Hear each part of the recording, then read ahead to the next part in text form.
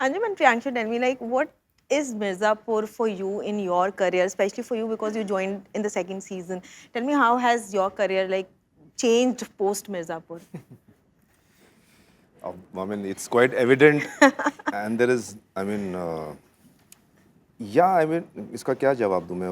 Obviously, the career has happened. कुछ तो देना ही होगा. सवाल पूछा है तो सवाल पूछा है तो देना तो होगा ही. I think वो इसीलिए है क्योंकि सबसे ज़्यादा इन्वॉल्वमेंट और सबसे ज़्यादा जो कैरेक्टर जिस तरीके से लिखा था. जी. It's a combined this thing कि जो लिखी चीज़ थी and then if you are collaborating with a director like Guru, Yeah. जो इतना मतलब he is quite modest that way कि obviously we have pool of talent pool of talent where we have extreme good writers, actors and all Yeah. that. लेकिन ये वो chess की तरह है हर कि हर राजा रानी ऊंट घोड़ा उन सब में पावर तभी आएगी जब चलने वाला उसको कैसे चलता है. So that's why I think behind everything whatever is happening गुरु है वहाँ पे.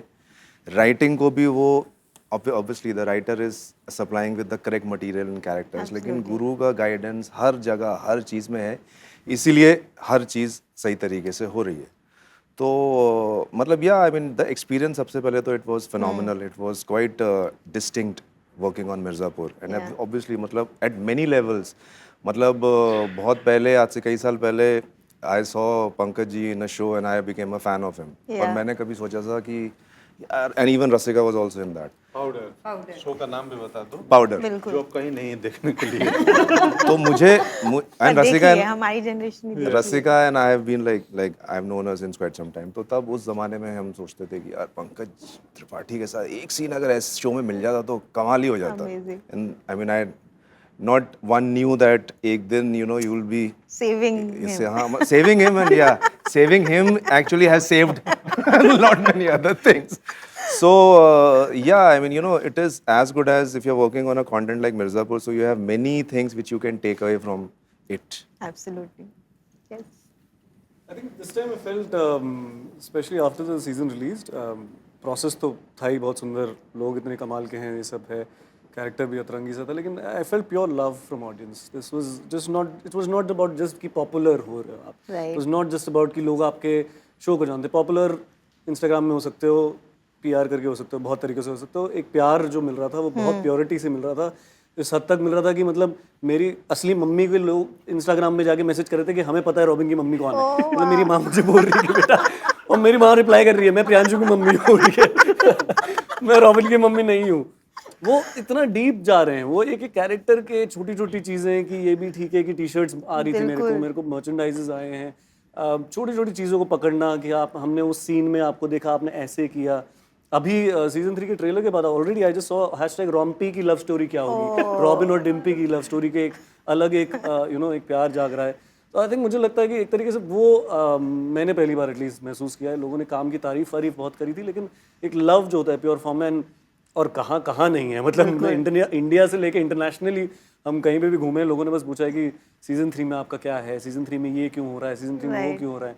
वो आई थिंक मुझे तभी लगता है जब प्योर लव होता है, जब एक अच्छा शो बनता है, जब लोग दिल लगा के काम करते हैं, जो यहाँ देखने को मिलता है. अमेजिंग.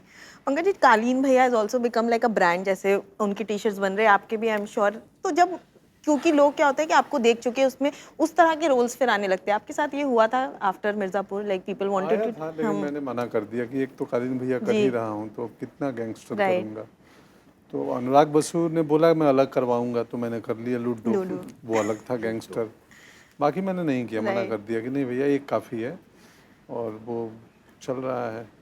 और जब मार्केटिंग वाले आते हैं कि हम कालीन भैया का डायलॉग लेके, मैं उससे परेशान हूँ दोस्त.